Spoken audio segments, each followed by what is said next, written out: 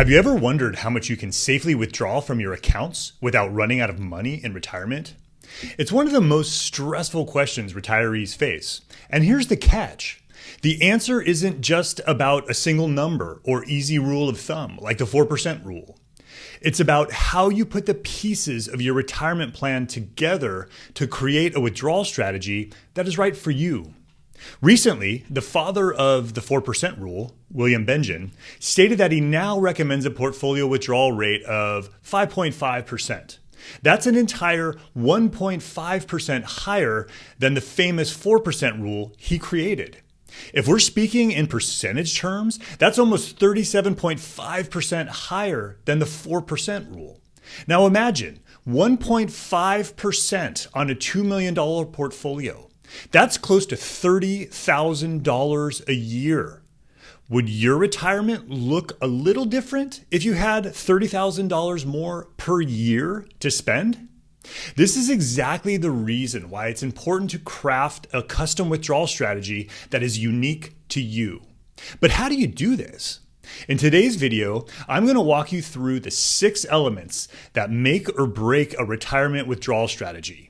If you are near or in retirement, you're going to want to watch this.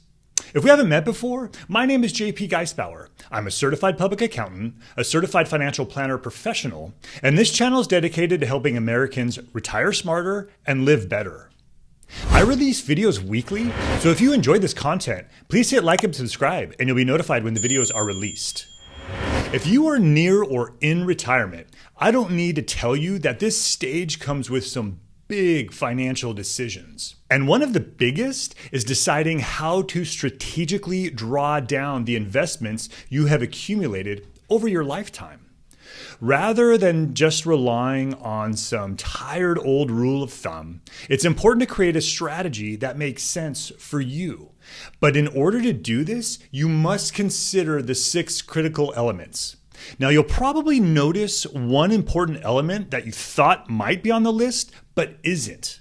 If you are wondering what that is, make sure you stick around because I'll discuss it later and explain why it has been left off this particular list. Okay, the 6 elements. Number 1, time horizon. It's no secret that people are living longer than they ever have. Don't just plan for your life expectancy.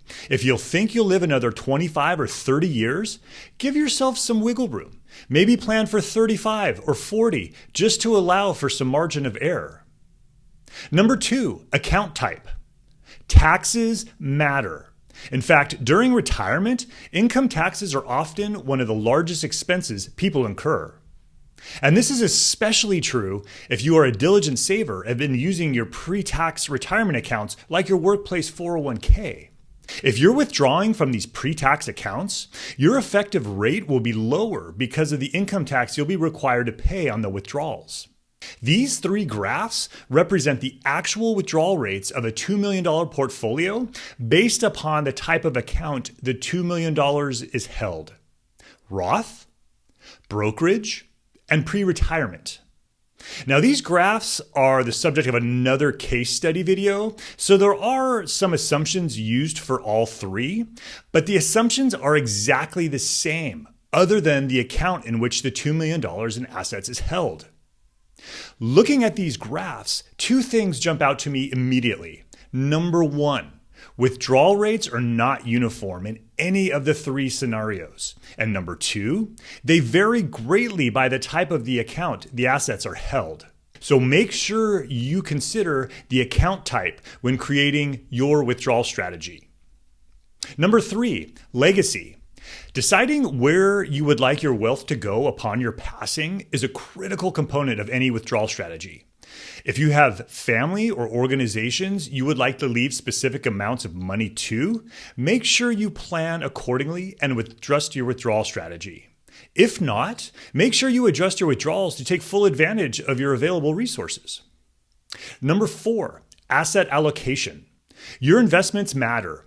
A well-diversified global portfolio gives you the best chance of success.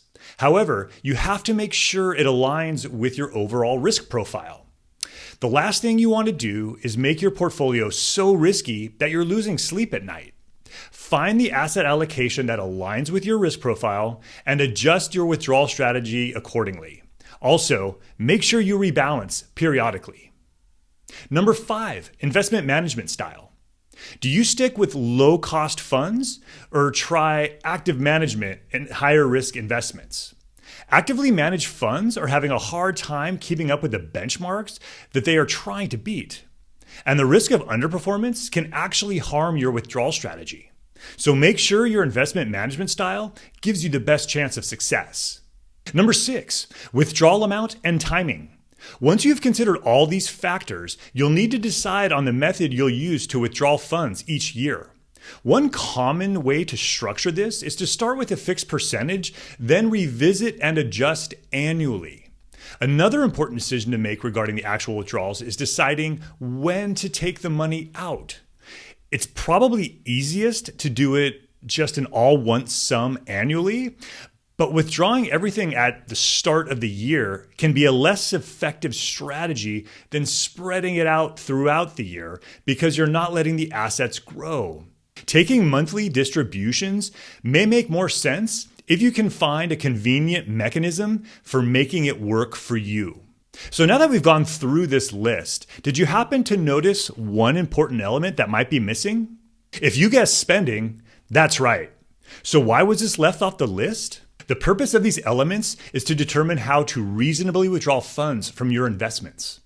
Once you have determined this, you'll want to compare that amount with your projected spending amounts. If the withdrawals aren't sufficient to cover your spending, you'll need to adjust your spending accordingly, if possible. If you find the amount you're withdrawing is significantly higher than your spending, then you may want to revisit your goals. Maybe you aren't living the life you could be in retirement. And if not, it is time to change that. So what do you think? Should the spending amount be included on this list? Let me know in the comment section below. If you'd like to discuss your retirement withdrawal strategy with me, schedule a time using the link in the description section below. If you've liked this video, please hit like and subscribe. Thanks for watching, and I'll see you next time.